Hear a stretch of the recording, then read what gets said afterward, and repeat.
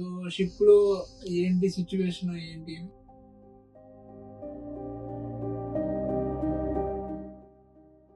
Salary పరంగా చెప్పాలంటే కొంచెం తక్కువ. వచ్చి 20 సంవత్సరాలు అయిపోయింది. 20 సంవత్సరాలు ఇస్తుంది. నీకు సండే కూడా హాలిడే ఉండదు. చాలా మరీ అంత ఫోర్స్ బట్టి రావద్దు, ఎందుకంటే ఇది మరి రావాలి. మనం ఇప్పుడు నేను అలాగే అనుకుంటే నేను ఇంతవరకు ఉండలేను. అంతే కదా. సండే అంటే నార్మల్ సండే మండే నాకు ఈ లైన్ లో చాలా మందికి బ్యాడ్ హ్యాబిట్స్ ఉంటాయి, అట్లా అట్లా అనుకుంటున్నారు అనమాట. నీకు తెలుసు ట్యాంకర్స్ లో ఎలా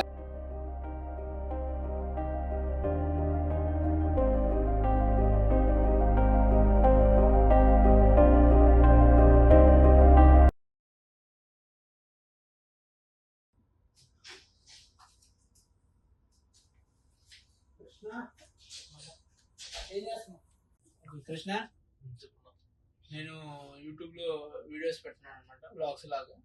సో అన్ని అన్నిటి గురించి, మన షిప్పింగ్ ఫీల్డ్ గురించి కూడా పెడదామని, ట్రావెలింగ్స్ అన్ని పెడతాను.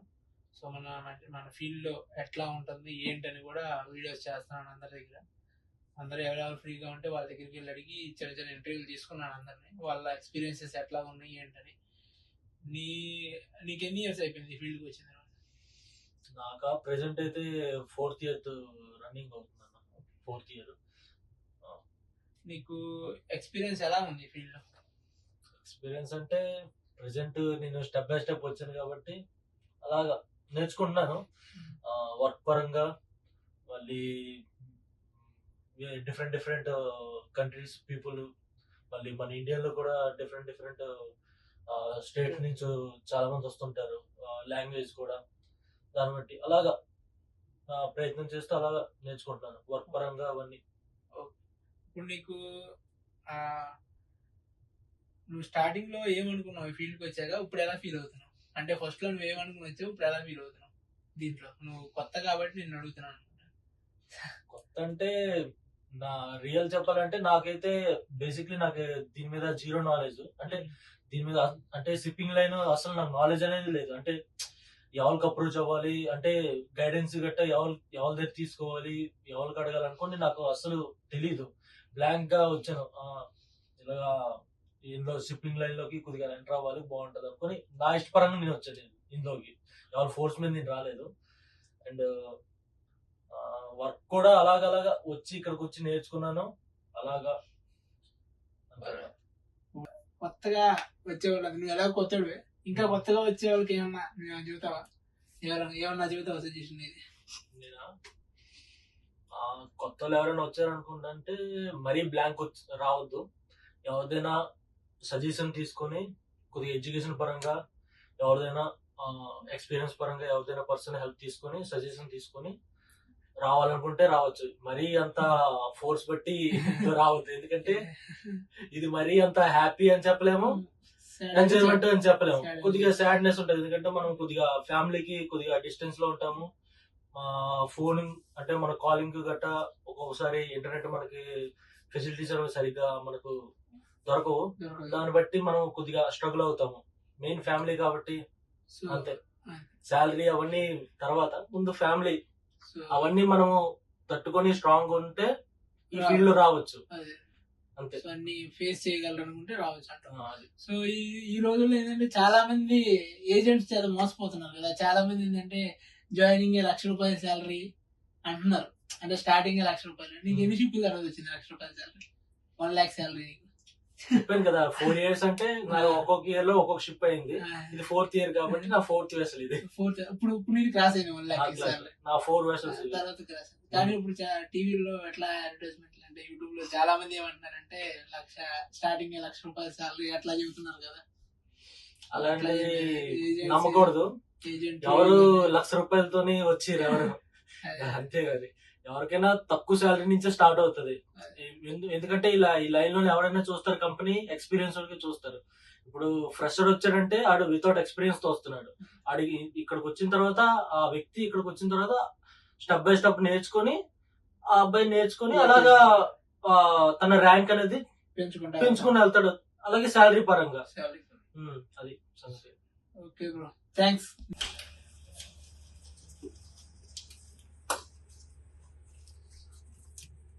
भाई क्या कर रहे हैं, मूवी देख रहे क्या? यार मुझे मूवी में ना थोड़ा इंटरव्यू चाहिए आपका. ये लेट्स हिट इट. ओके, ऐसे कोई मैं यूट्यूब में वीडियोस बना रहा हूँ, तो उसके लिए शिप में सबका एक्सपीरियंस जान रहा हूँ, क्योंकि सब लोग डिफरेंट कंपनी से काम करके आए हैं. जैसे आप आए ड्यूडेक्स से आया था, जो one of the number 1 company. तो आपका एक्सपीरियंस कैसा लगा इस लाइन में आने के बाद? फर्स्ट शिप में आपको कैसा लगा, क्या लगा? एक्सपीरियंस तो अच्छा रहा यार, ठीक है, ऐसा बुरा नहीं, कुछ अच्छा है. पैसे कमाया, अच्छे पैसे कमाया, ऐसा नहीं है, ठीक है. फैमिली से दूर रहता है आदमी, सेक्रीफाइस करता है, बट लाइन अच्छा है, ठीक है. पैसे भी कमाया, थोड़ा प्रॉपर्टी बनाया, लाइफ सेटल, वेल सेटल है. और अभी ये जो लोग अभी नया लोग आना चाहता, तो आपको उन लोग को क्या बताएगा? ऐसा न्यू कॉमर्स को बोलेगा कि अगर आपको एंटर करना है इस फील्ड में, तो ऐसे कैडेट लाइन और ऐसे इंजन कैडेट एंटर करो. रेटिंग बैकग्राउंड से आना थोड़ा सा डिफिकल्ट है सर्वाइव करना. Okay bro, thank you. Okay friends, Mohit cabin में हूँ. मोहित क्या कर रहे हैं? बताओ यार, तेरा पहला शिप का कैसा एक्सपीरियंस था तेरा? अच्छा रहा, बहुत अच्छा, बहुत अच्छा था, मजेदार. अभी कितना साल हो गया इस लाइन में? 2017 से चल रहा है. 2017 से चल रहा है. कितना शिप्स हो गए? अभी गिनना पड़ेगा, वो तो पता नहीं है कितना है. याद नहीं है, मतलब गिनेगा तो पता चल जाएगा कितना है. ठीक है. इस लाइन में कैसा फील कर रहे हो? कैसा, अच्छा है, बुरा है, क्या है? अभी कुछ नहीं बोल सकता, अभी पता समझ में नहीं आ रहा है अच्छा है कि बुरा है. ठीक है यार, थैंक यू. देखा जाएगा क्या है, नहीं है, अभी खराब है कि अच्छा है, बाद में पता चलेगा. देखेंगे आगे चल के क्या होता है, पता लगेगा. ठीक है यार, थैंक यू.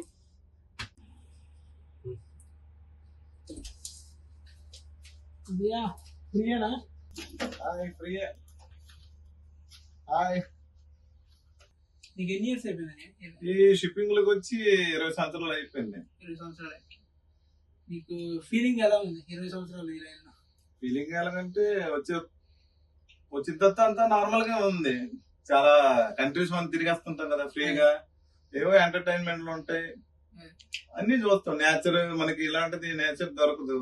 ఇదే నేచర్ కావాలని చాలా మంది ప్యాసింజర్ షిప్ లో చాలా డబ్బులు ఖర్చు పెట్టి వెళ్తుంటారు. ప్లస్ చాలా నేషనాలిటీతో నేను పనిచేసాను ఇప్పటికి. కంట్రీస్ ఈ ఆల్రౌండ్ వరల్డ్ మొత్తం తిరిగిసినట్లే. ఇప్పుడు చాలా మంది ఏమనుకుంటున్నారంటే ఈ లైన్ లో చాలా మందికి బ్యాడ్ హ్యాబిట్స్ ఉంటాయి, అట్లా అనుకుంటున్నారు అనమాట. నీకు తెలుసు ట్యాంకర్స్ లో ఎలా ఉంది, జీరో ఆల్కహాల్ పాలసీ ఎలా ఉంది అని చెప్పి. తమ్ముడు అనుకునే వాళ్ళు చాలా అనుకుంటారు, కానీ అనుభవించేవాడికి తెలుస్తుంది అది ఏముంటది. ఒకప్పుడు ఇప్పుడు తాతలు నేతులు తిన్నారని ఇప్పుడు మూతులు లాక్కున్న రకం కాదు కదా. అప్పుడు ఉండేది మందు ఉండేది, అన్ని ఎంటర్టైన్మెంట్లు ఉండేది. ఇప్పుడు చాలా సెక్షన్స్ వచ్చేసి అన్ని వచ్చి అంత జీరో ఆల్కహాల్, ట్యాంకర్ లెవెల్ అసలు ఏమి ఉండదు. ఈ కరోనా వచ్చాక షో లీవ్ కూడా ఉండట్లేదు, ఇంకేముంది ఎంటర్టైన్మెంట్ అలా ఉంది. అంటే కొంతమందికి అట్లా ఉండిపోయింది ఏంటంటే షిప్పింగ్ లైన్ లో చేసే వాళ్ళు ఏంటంటే కొంచెం బాగా ఎంజాయ్మెంట్ లో ఉంటారు. అలా అనిపిస్తుంది. అంటే ఎలా ఉంటది అంటే మనకి ఇక్కడేం దొరకదు కాబట్టి అక్కడికి వెళ్ళి మనం ఎంజాయ్ చేస్తాం, కానీ వాళ్ళు అనుకుంటారు ఎక్కడ కూడా అలా ఎంజాయ్ చేస్తారు అనుకుంటాం. కానీ మన తప్పదు, డ్యూటీ చేయాలి కదా ఇక్కడ. ఆ ఎంజాయ్ చేసుకుంటే ఇక్కడ మరి డబ్బులు ఎవడెత్తాడు? అంతే కదా మరి. అంటే బయట చూసే వాళ్ళకి ఏంటంటే వేరే రకంగా ఉంటుంది అంతే. అంటే అక్కడ ఉండే మనం వేరే, ఇక్కడికి వచ్చిన తర్వాత మనం వేరే. అది. సో కొత్తగా ఎవరైనా ఈ రైల్ లోకి వద్దాం అనుకుంటే వాళ్ళకి నీ సజెషన్ ఏమన్నా? రావచ్చు, కొంచెం కష్టపడినట్టుగా ఉంటే రావచ్చు, అంతేగాని షోర్ జాబ్ లాగా ఉండాలంటే ఇక్కడ అవ్వదు కదా. షోర్ జాబ్ కి సీ జాబ్ కి చాలా డిఫరెన్స్ ఉంటది. షోర్ జాబ్ లో తక్కువ డబ్బులు దొరుకుతాయి, కొంచెం డబ్బులు ఇక్కడ ఫ్యామిలీకి ఫ్రెండ్స్ కి అందరినీ వదిలేసి రావాలి. ఇక్కడ షోర్ అన్న తర్వాత నీకు అన్ని ఫెసిలిటీస్ ఉంటాయి, ఇక్కడ అలా ఉండదు. కొంచెం డిఫరెంట్ గా ఉంటది. ఎక్కడికి వెళ్ళాక అక్కడ పరిస్థితి ఉంటది, కానీ రావాలి కదా. ఇప్పుడు ఒక మనిషి రిటైర్ అయిపోయిన తర్వాత కొత్తడు వస్తే కదా ప్లేస్ ఫిల్ అవుద్ది. ఇప్పుడు నేను అలాగే అనుకుంటే నేను ఇంతవరకు ఉండలేను. అంతే కదా. రావాలి, వచ్చాక తెలుస్తుంది అందులో ఉండేది ఏమని. ఏం- ఒడ్డు మీద ఉండి బెడ్డలు వేస్తే లోతు తెలియదు కదా. అంతే కదా మరి. రావాలి, మనం ఏంటి ఎంజాయ్ చేస్తున్నాం వాళ్ళకి తెలియాలి కదా. అది థ్యాంక్స్ అన్న. అంత ఓకేనా? ఓకే. ఓకే. ఫ్రీ టైం లో నాకు ఇచ్చినందుకు టైం ఏం చేస్తున్నావు? సో షిప్ లో ఏంటి సిచ్యువేషన్ ఏంటి దాని గురించి ఒక ఎవరెవరి ఎక్స్పీరియన్స్ ఎలా ఉందని కనుక్కోవడానికి చూస్తున్నాను అనమాట. సో నువ్వు కూడా ఈపీఎస్ నుంచి వచ్చావు, అది కూడా one of the best company. So నీ ఎక్స్పీరియన్స్ ఎలా ఉంది ఈ ఫీల్డ్ లో? ఎక్స్పీరియన్స్ అంటే మామూలుగా బాగానే ఉంది, కెరియర్ ఉంది, తర్వాత డిఫరెంట్ కంట్రీస్ చూడొచ్చు, కొత్త crew, nationality different nationality, Indians ఉంటారు, బల్గేరియన్, చైనీస్, ఫిలిపినో, రష్యన్, వీళ్ళందరితో పని చేయొచ్చు. మామూలుగా మన ఇండియాలో అయితే ఇండియానే ఉంటారు, ఆ మెంటాలిటీ ఇక్కడ చాలా తేడా. ఇక్కడ అయితే ఫ్రీగా వర్క్ చేసుకోవచ్చు, మిక్స్ క్రూ అయితే మిక్స్ క్రూ అంటే అడ్జస్ట్మెంట్ చేసుకుని పని చేసుకోవాలి. మరి మనలాగా మనకి నచ్చినట్టు అంటే చేయొచ్చు, కానీ ఎంత దూరం మనం వస్తున్నాం అందరిని వదిలేసి అయితే వాళ్ళ రిక్వెస్ట్ ఉంటాయి, దాన్ని బట్టి మనం ఫాలో అవ్వాలి, అంతే తప్ప ఇంకేం లేదు. ఇంకేం ఉండాలంటే పర్లేదు బాగానే ఉంటది. So as a chief cook నీకు ఎలా ఉంది షిప్ లో పొజిషన్? నీకు ఎలా అనిపిస్తుంది? నీకు సండే కూడా హాలిడే ఉండదు. సో సండే అంటే నార్మల్, సండే మండే నాకు ఎప్పుడైనా ఒకటే, కానీ పని మాత్రం మార్నింగ్ లేచిన తర్వాత సాయంత్రం దాకా మాకు కూడా బాగానే ఉంటే చాలు, అది నా మెయిన్ ఇంటెన్షన్. పని ఎలా నడుతూ ఉంటది. కొత్తగా ఈ లైన్ లోకి వచ్చే వారికి నీ నుంచి నీ సజెషన్ ఏంటి? సజెషన్ అంటే అదే బెటర్, పర్లేదు రావచ్చు, ప్రాబ్లం కాదు, డబ్బులు ఉన్నాయి, అన్నీ ఉన్నాయి. మెయిన్ అంటే డిఫరెంట్ కంట్రీస్ చూడొచ్చు. మన సొంతంగా డబ్బులు ఎట్టి మనం వెళ్ళలేము ఇంత కంట్రీస్, అంతే నా దృష్టిలో అయితే ఒకటే. ఓకే అన్న, నేను నీతో పాటు కలిపి ఒక మన గ్యాలరీ కూడా ఒక కుకింగ్ కూడా వీడియో చేస్తాను, నువ్వు కొంచెం చెయ్యి, మరి ఎప్పుడైనా టైం ఉంటే తీరా అది చేద్దాం ఒక రోజు మనం గట్టిగా. ఓకే అన్న, thanks. Thank you for watching my video. Please subscribe senior vlogs and press the bell icon.